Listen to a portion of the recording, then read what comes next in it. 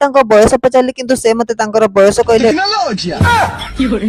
आज होछि द्वितीय दिन आ सकाळे सकाळे उठी मो मुह फुह धोइकी ब्रश ब्रश करके मु मोर जळखिया काम सारी देली आ तापर मु बाहरी पड़ली आज मोर किछि काम थिला बोली आ आजिर काम थिला बैंक रे आ सेति पई मु निजको शीघ्र शीघ्र रेडी कर देकी बाहरी पड़ली मोर बैंक जिया पई आ एमित रे भी आज बहुत ही सारा काम थिला आ से सब काम को मते ही एकुटिया सारी बार थिला आ एमित रे भी मु सेति पई शीघ्र शीघ्र बाहरी पड़ली मोर बैंक जिया पई तापर मु मोर बाइक को धरी पहुंची गली बैंक रे आ एमित रे भी आजिर दिनटी बहुत ही भलो थिला आ बैंक आज बहुत ही कम भीड़ थिला आ बहुत ही शीघ्र मोर काम मध्य सरी गला।